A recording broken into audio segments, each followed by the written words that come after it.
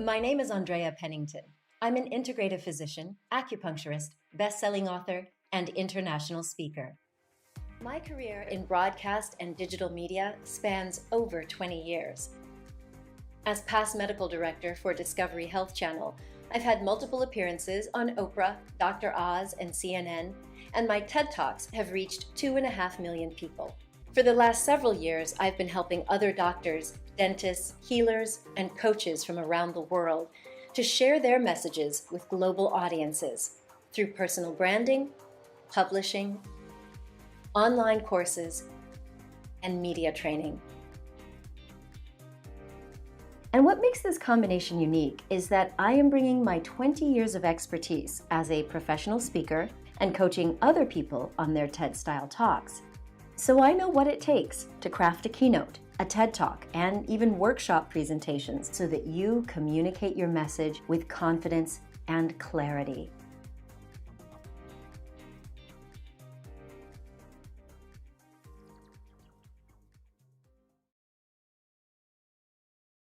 Hello, beautiful soul. Be aware, this is your trigger warning. In this episode, we are discussing suicide. If this is an issue that may provoke strong feelings of overwhelm, anxiety, or fear, you may wish to skip this episode.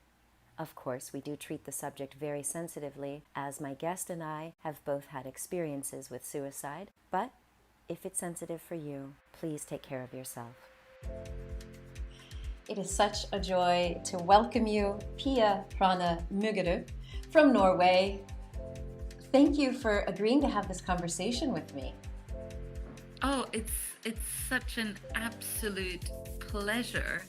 And I'm so excited about having this conversation with you, and especially because, as I said to you as we were preparing for the interview, I've been following you and listening to some of your teachings.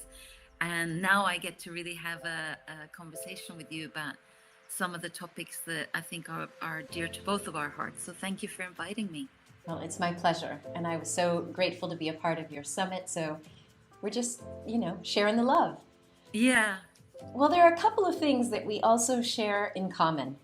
And that is growing up with a dysfunctional family. As I understand, there was alcoholism and depression or addiction and depression in your family, and that the way that you responded to that, everybody responds to childhood dysfunction differently, but you and I have something in common. The way you responded to that was to become the good girl, and in that process you lost some of your authentic voice. And tell me a little bit about what it was like for you, and then we'll talk about the epiphanies that led you to reclaiming your voice.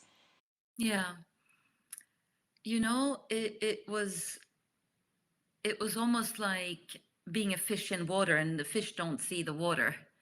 So there was a lot of how I learned to be in the world. I just thought that's how things should be. And I very often I quote my relationship with my beautiful cousin, who's very much chose a different route. She's very fiery, she's outspoken, and she really got a lot of flack. She was so for me, being the little silent, not making a peep, just agreeing and doing as I was told. Very often the kind of acceptance I got in that was just that I didn't get any challenges in my direction. Therefore, I would just stay silent, and therefore part of my role, I think, was to keep the peace. And there were many parts of our household that weren't so peaceful.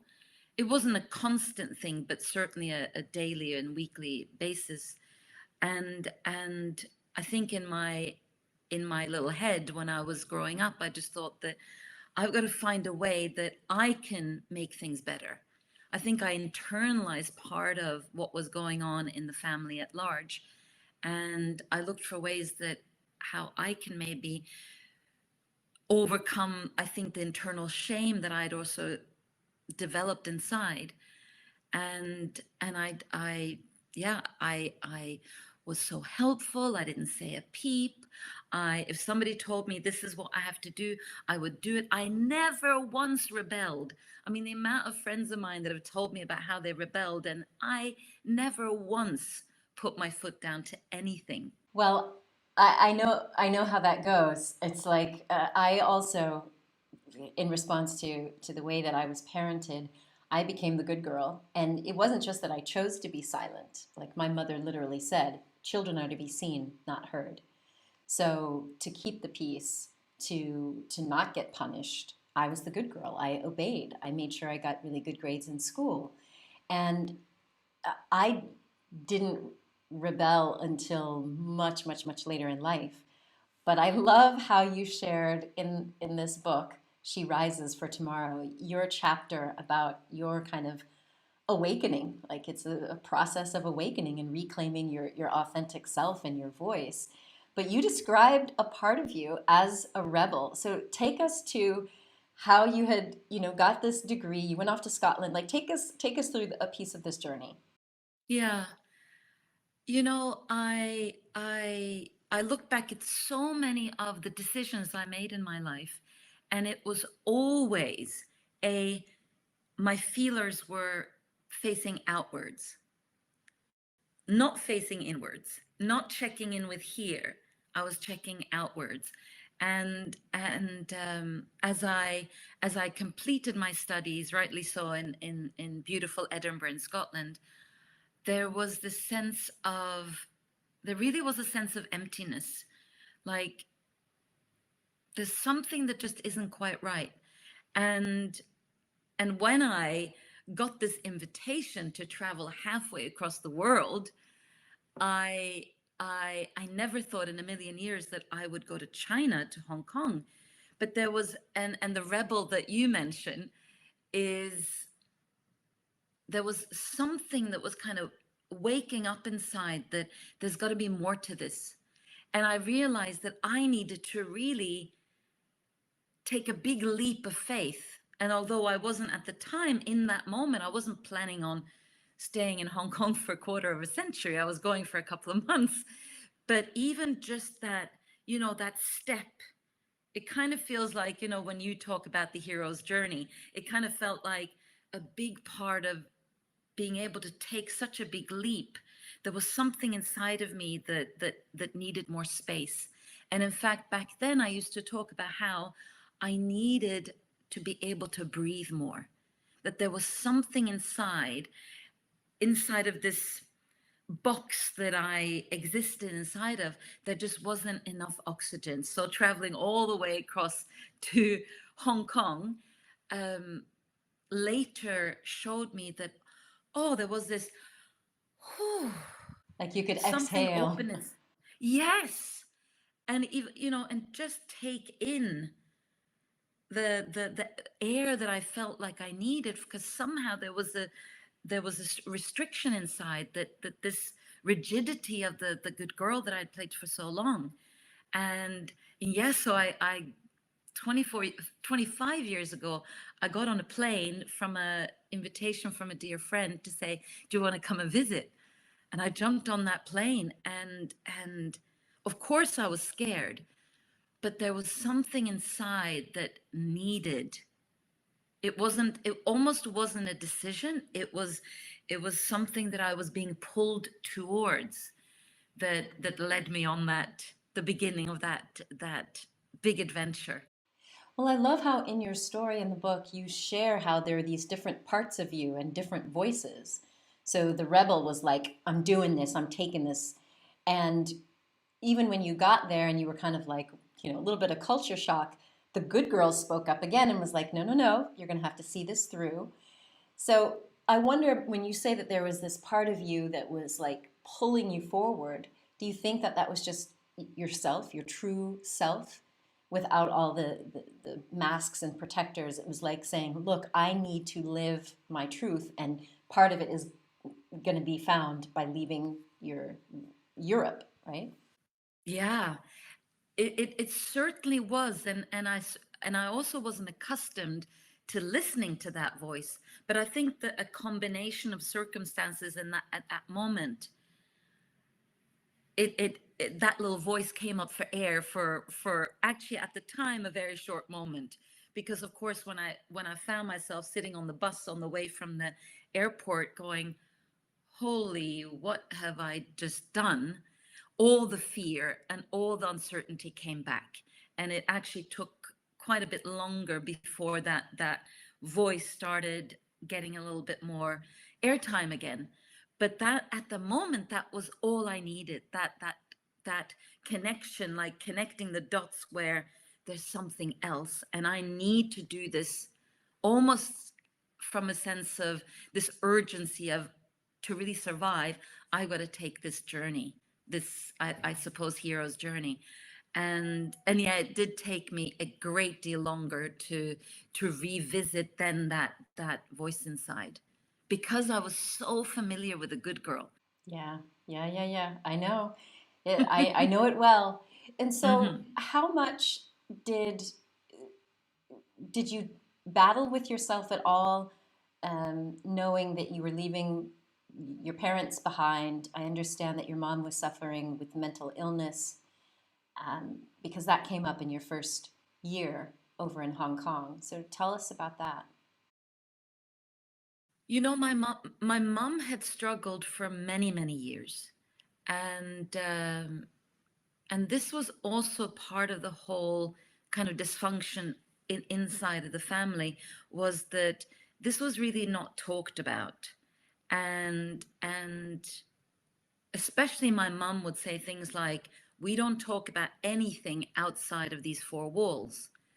And that also, I think, as somebody growing up and somebody who's wanting to be a good person and have integrity, there was already something really not okay with the kind of hiding and not really speaking up about things. And so with my mum's challenges, she was on and off medication for quite some time. And when she did finally, she went into psychosis. And then she ended up on a cocktail of antidepressants, antipsychotic medication, and she was never really the same ever again. And by that, and of course you would understand this, but really with such a strong combination of drugs, there was a real sort of, she was not, wouldn't ever get too high, and she used to be the life and soul of the party. She wasn't always depressed. She was somebody that people loved to be with. People were attracted to her, and she could like hold court at a party. So there were many aspects to my mom. But I think also in her case, she also grew up in her little box. um and and I think also with that generation, I suppose, you don't talk about things. There's way too much shame to share what's really going on. Whereas I think now, as it's becoming much more common that, and hopefully, things like mental health issues, we can talk about it more readily. And this is one of the things that I feel really passionate about. So for example, when you ask me, are there any topics off limits, I'm like, no, I really want to be a voice where, to share with people that, you might look at Andrea or me and go, wow, they're so great, or they have success, or whatever illusion you might make up, what story you might make up about us. And then you and we share about the difficulties. And I guess that's one of the many things that I learned about growing up in a family where things weren't talked about, and there was shame around it, and then all sorts of coping mechanisms that would allow us to kind of function day to day. So I don't think I answered your question. I'm sorry about that. I No, kind of you went on a did. little bit of a You rant. did. Well, I know that, having read your story, I know that when you went to Hong Kong and you sort of were trying to figure things out. You got a job, got fired a few times, you're figuring things out. And then you got this phone call from your father, and you could tell that something was just not right. And it sounds like that part of you, just as you said, that you developed all these coping mechanisms. One of it was the peacekeeper. And you said that as you were flying back, or you kind of knew that you were going to go back into that caretaking role, right? Yes. Um, and I knew that. And that was also really a kind of, we looked at it from a perspective of who will be able to actually step into that role at that moment. And on a practical level, I was able to do that. And of course, I also wanted to be there. But then all the other things were very, very familiar to me. You know, if I even go back in time, I would say that there was very much a so-called parentification or role reversal with my mother very often, where I would function as her friend. I would function as her, not necessarily a caretaker back in time, but certainly she would come to me and she would share as she would with an adult friend, like a best friend, sharing about the things she was going through with my father, sharing about the things that were difficult for her. And then when I fly back to Norway, because my mom really is deep into this psychosis, her decline had actually been withheld because I guess my dad and my brother had decided I needed to be protected rather than informed and allowing me to be part of the process that the family was going through. So by the time I got the call, she had actually, I kind of say, she'd gone somewhere else. She was not, when I then walked through the door, she was not there. And, typical things of not wanting to wash. And I even remember one time she was pouring a bath, and then she switched it off and there was like 2 inches worth of water. And I said, but Mom, you need to wash. No, that she just wasn't there. And so all the sort of typical caretaking things or typical things that I was used to being this good girl for my mom, it was very easy at the time. But of course, as a family, we were very much in, scrambling, and this is actually quite a trauma to go through this, and especially with everything else that happened around. Between, my mom had to wait quite some time before she was able to get a spot in an institution, and between I landed and between she got into the hospital, we just had to keep her safe. And I was there during the day, and then my dad would come and kind of take part of the caretaking when he wasn't working. Yeah, I think it is such a challenge for us that growing up with family dysfunction or addiction or mental health issues, that we as children, we do take on the caretaker, the parent role, the friend role, like you mentioned, the peacemaker, or I got to keep everything together at such an early age. And of course, we do that out of survival. We needed our family unit to survive. But the challenge is when those behaviors persist into our adult lives. So after a little episode there, you did return to Hong Kong and you were starting to get your life together, including some trips to India and finding that authentic self. Tell us about that. Well,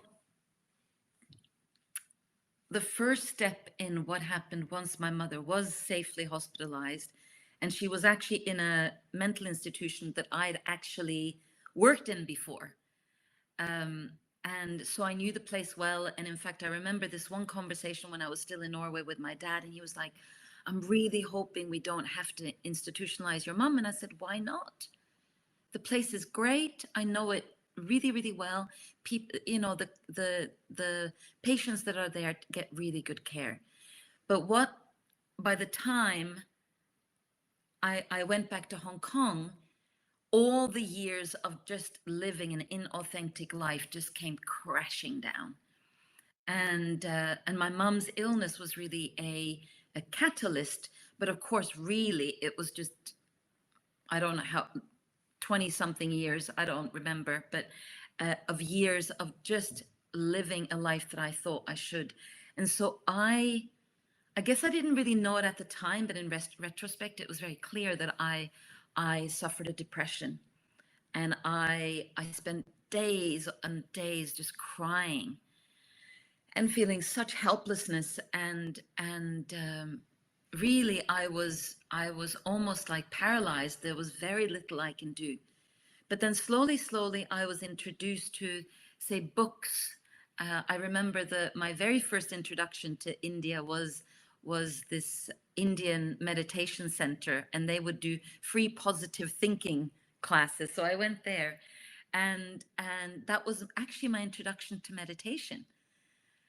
Yeah, and it was also such a godsend because I just needed something, and I was so lost. And so it started with reading, and then finally I was introduced to group work. And this is really where life just started going into multicolor, or my life and my inner world, because and especially then starting my annual trips to India, which was really inspired by a dear late friend who had traveled on her own to India when she was in her 20s. And I just thought, oh, that's amazing, and how could anybody do that? And then I think it was 2003, that was my first solo trip to India, not having planned to do meditation or do any kind of work like that, but existence or grace just kept on guiding me to all these masters, guiding me to all these places of, and of course, a journey like that is already quite a, not just an outer journey, but very much an inner journey. But starting to get introduced to India's multicolored and multifaceted, beautiful expression of the inner world, and of meditation, of grace, of a deeper connection with self. And that was really the first time I then ended up in this meditation center in Pune, India, which is the one place that just cracked my heart open. And that's where I've now, up until Corona, I've been returning there every year, and in fact also returning as a teacher and therapist there. But back then, it really opened up to work. One of the big pieces of work that I think saved my life is, alongside of meditation, is exposure work, where you literally, in a very safe container, let's imagine that you have a group of 5 people in front of you, and I stand up and I share what is most shameful. I go to the places where I least want to go, because if people know this about me, love will disappear forever. And that's obviously our shame voices that tell us about we're not enough or we won't be loved. And learning, to my great surprise, that as I'm mirrored back, there's love in people's eyes. There's connection. There's like compassion. I see you in me. And the great intimacy that was created. And that was one of the first simple yet most difficult tools that I was introduced to, that I started to learn that I could be loved when I was sharing my ugliest secrets, where I was being a brat, when I was, and all those things that are anything but, Yeah. This Than picture that we bring to the used to world. be, than all the ways you were the good girl, to show up as your authentic self, the brat, the grief-stricken, the entitled, or whatever parts. So I think that's also why the 12-step group meetings are so helpful for people, and like the just that being able to share without judgment and to be witnessed is so helpful. Although I haven't participated myself in 12 step, but a lot of my favorite work and favorite teachers are grounded in the 12-step programs and codependency, and I don't know if you've heard of the late John Bradshaw. Of course. He's like, I'm totally still in love with him. I'll still listen to his audios, and I will always learn something new. And there's just, I think also this piece around when you mention 12 step, this piece to really have a safe place to go, a safe place to land where there's not going to be any judgment, where you can feel like I will be accepted here no matter what.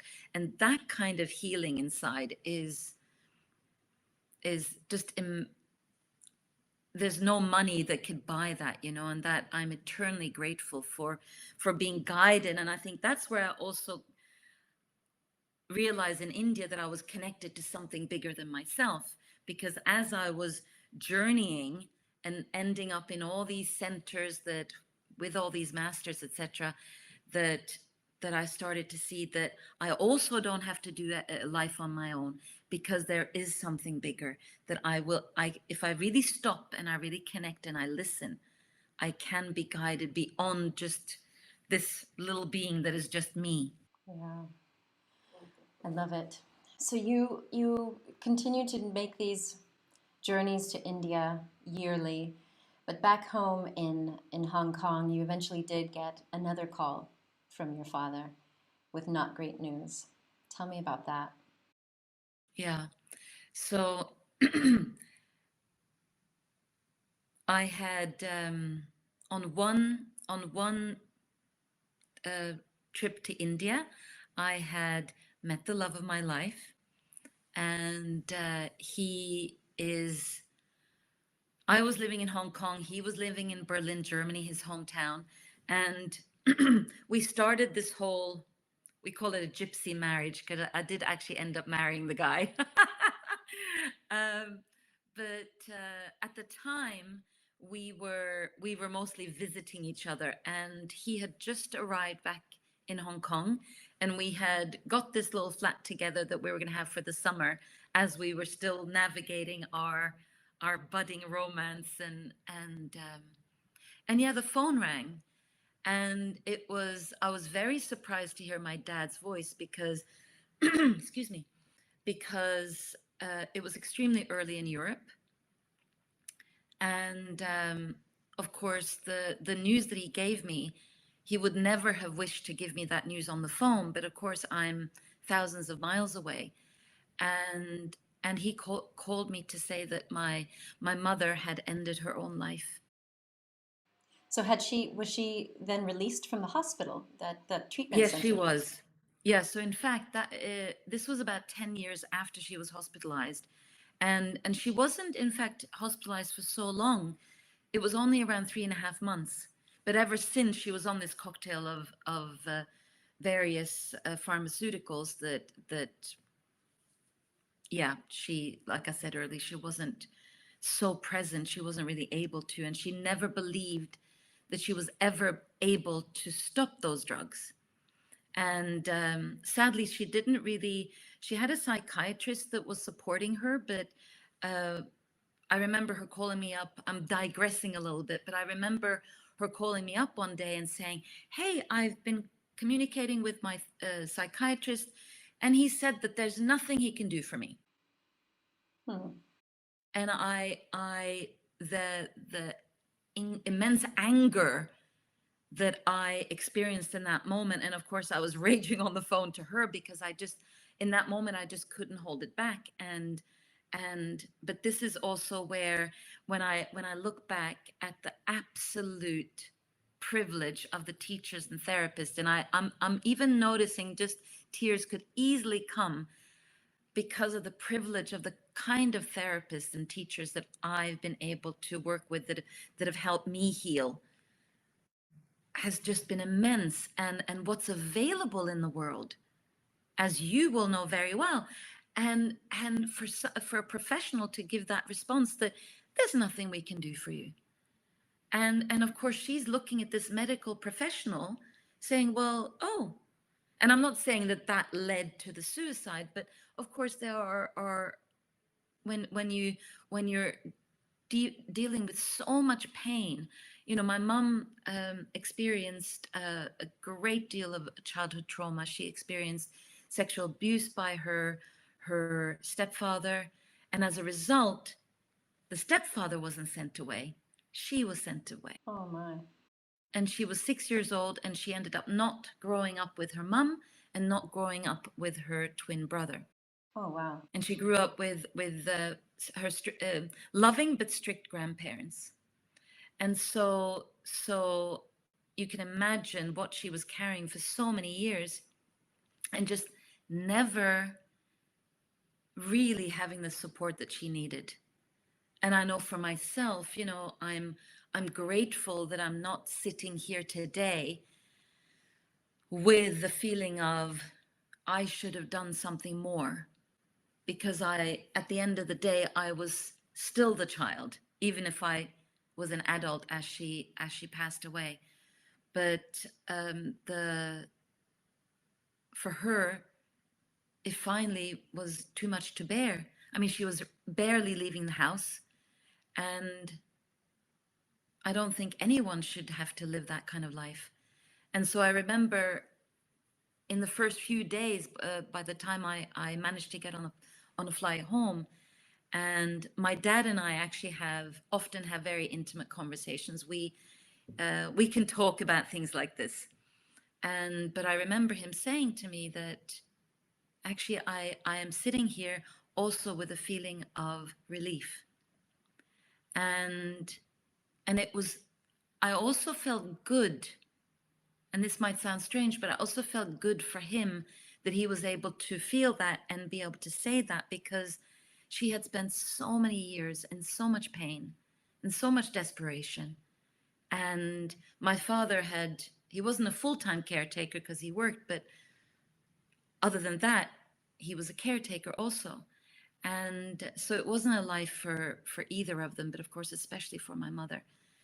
But coming back to suicide, you know, it's just such an extremely violent act, and the pain, of course, that is inflicted by to the rest of us is enormous. But of course, I would never in a million years point to my mother and say, you know, you shouldn't have done this. Look at the pain you've caused. And in fact, even the way that she ended her own life was she actually drowned herself, and she couldn't swim. She was desperately afraid of water. So that's even just another piece where life is, it's just too desperate. It's too unbearable.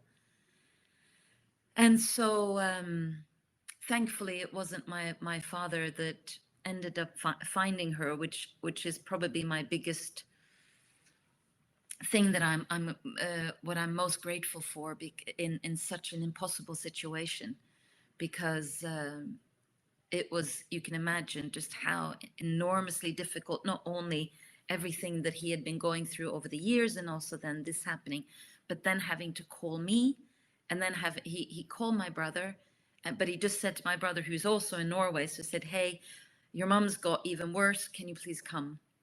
Only as a way so they could be together when my dad gave him this news. But I guess one more thing I want to say about this is that because, you know, by the time my mom passed away, I'd already been in deep and very committed inner journey of starting with counseling and going into therapy, both group and individual. I really had a place to land there. So inside of my pain, my grief, the suffering that came along with this, I had so many resources, including this wonderful therapist that I was still working with ongoing, that I can just land with him, back with him, and be held as I continued my journey, but especially then this with this impossible thing that happened with my mum.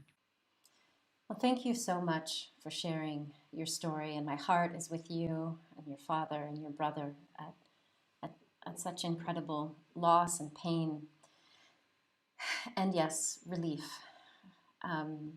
So I imagine that all of the work that you've done on yourself with therapy and the trips to India, all of it has led you to what you're doing today. Talk to us a little bit about your approach to healing and to being a coach.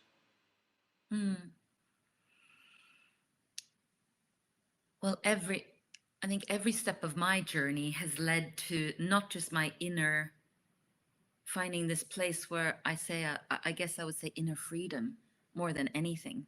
And of course that I suppose even deeper than that is love, but just this sense of this expansion inside that I can be big, I can be whoever I want to be, and I can do that in authenticity and with joy and with meeting the world, looking the world straight in the eye.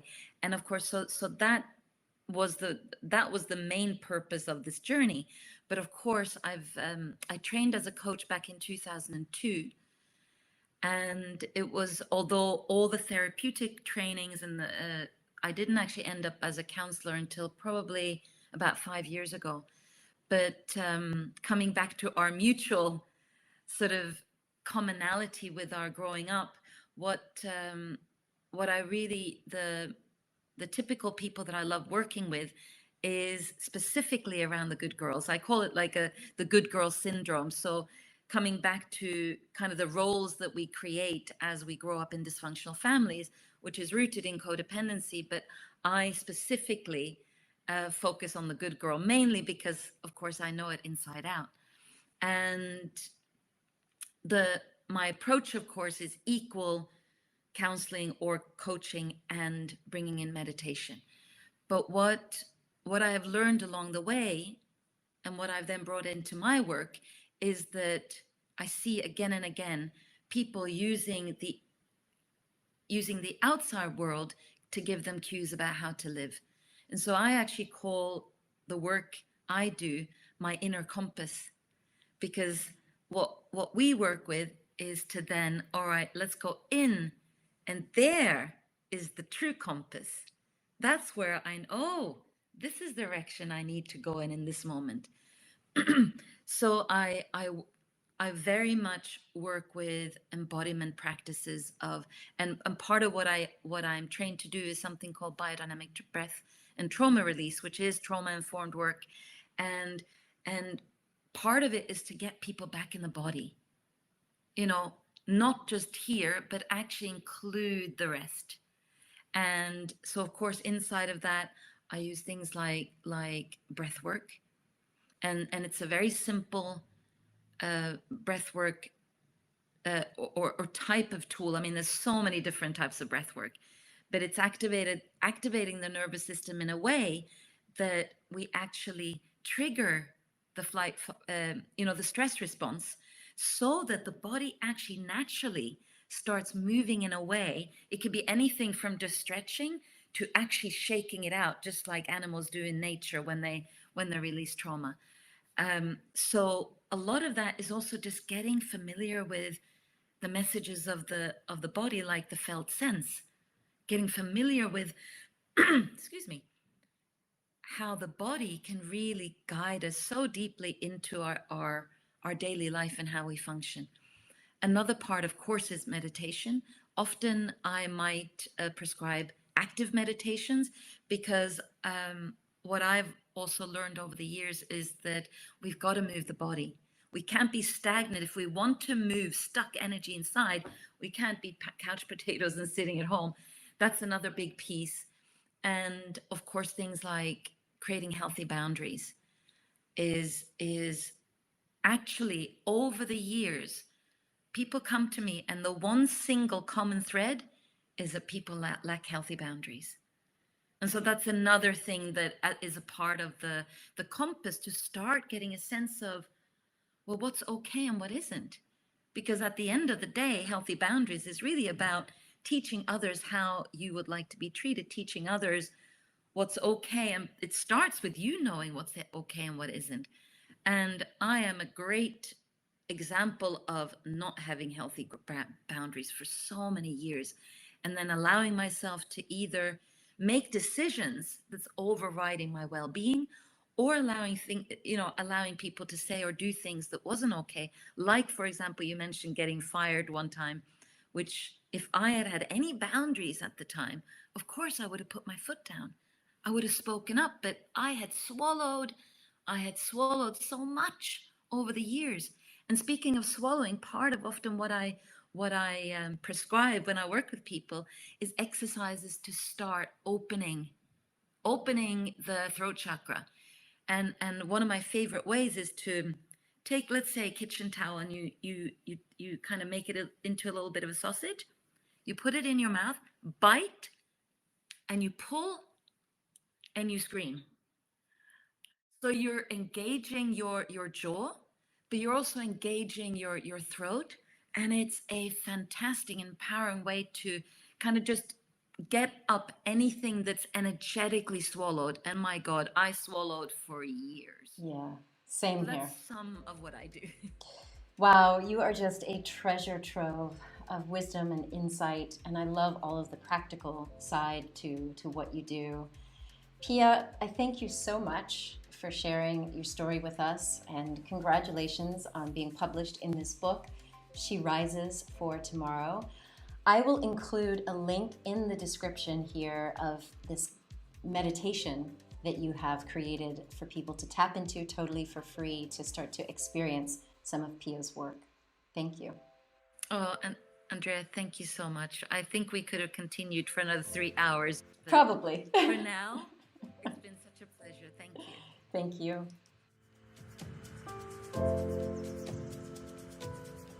you.